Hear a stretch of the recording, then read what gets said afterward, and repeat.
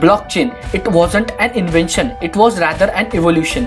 You must have heard of bitcoins. So this guy Satoshi Nakamoto, a pseudonym, after the financial crisis of 2008 came up with an revolutionary concept of decentralized money or cryptocurrency.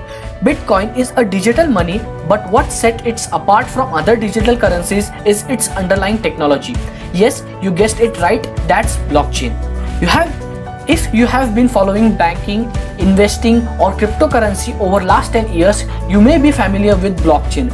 It is the record-keeping technology behind Bitcoin, and there's a good chance that it makes so much sense. In trying to learn more about blockchain, you have probably encountered a definition like this.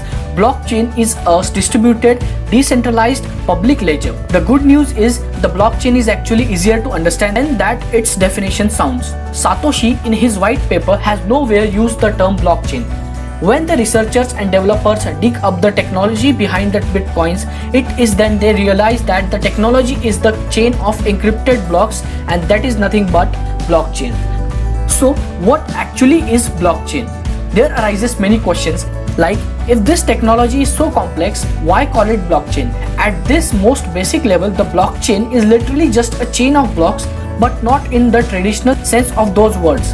When we say the words block and chain in this context, we are actually talking about digital information that is block, which is stored in public database, that is chain. So blocks on the blockchain are made up of digital pieces of information. Specifically, they have 4 parts. First one, blocks store information about transactions, say the date, time and dollar amount of your most recent purchase from Flipkart.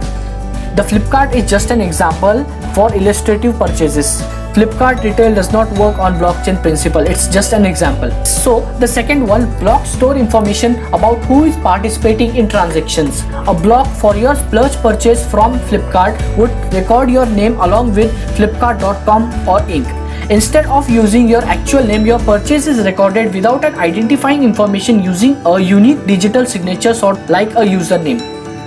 Third one, block stores information that distinguishes them from other blocks. Much like you and I have names to distinguish us from one another, each block stores a unique code called as a hash that allows us to tell it apart from every other block. Let's say you made a splurge purchase from Flipkart, but while it's in a transaction, you decide you just can't resist it and need a second one. Even though the details of your new transaction would look nearly identical to your earlier purchase, we can still tell the blocks apart because of their unique codes. The fourth element inside each block is the hash of previous block. This effectively creates a chain of blocks, and it's the technique that makes a blockchain secure. Tampering with one block can affect the whole blockchain. Now let's consider that someone tampers with second block. This causes the hash of blocks to change as well. In turn, that will make block 3 and all following blocks invalid because they no longer store a valid hash of the previous block.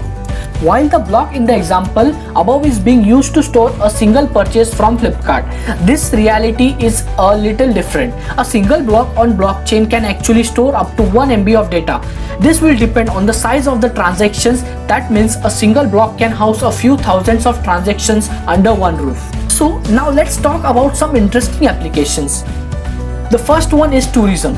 So the application of blockchain is being researched as a means of improving any country's economy by giving tourists an opportunity to pay for local goods and services with Bitcoin and other currencies. This way, the state's government hopes to attract tourists, especially from Asia, to spend more money and eventually help the country to develop economically. Next application we have is mobile payments. Cryptocurrencies with its underlying blockchain technology is being used to facilitate mobile payments in a wide range of projects. One of the latest initiatives announced is scheduled to launch in the fall of 2019. It will involve a consortium of Japanese banks. They will be using Ripple's technology to enable instant mobile payments, which will secure this one also. Next application we have is gaming. One of the most influential companies in the gaming industry, Ubisoft.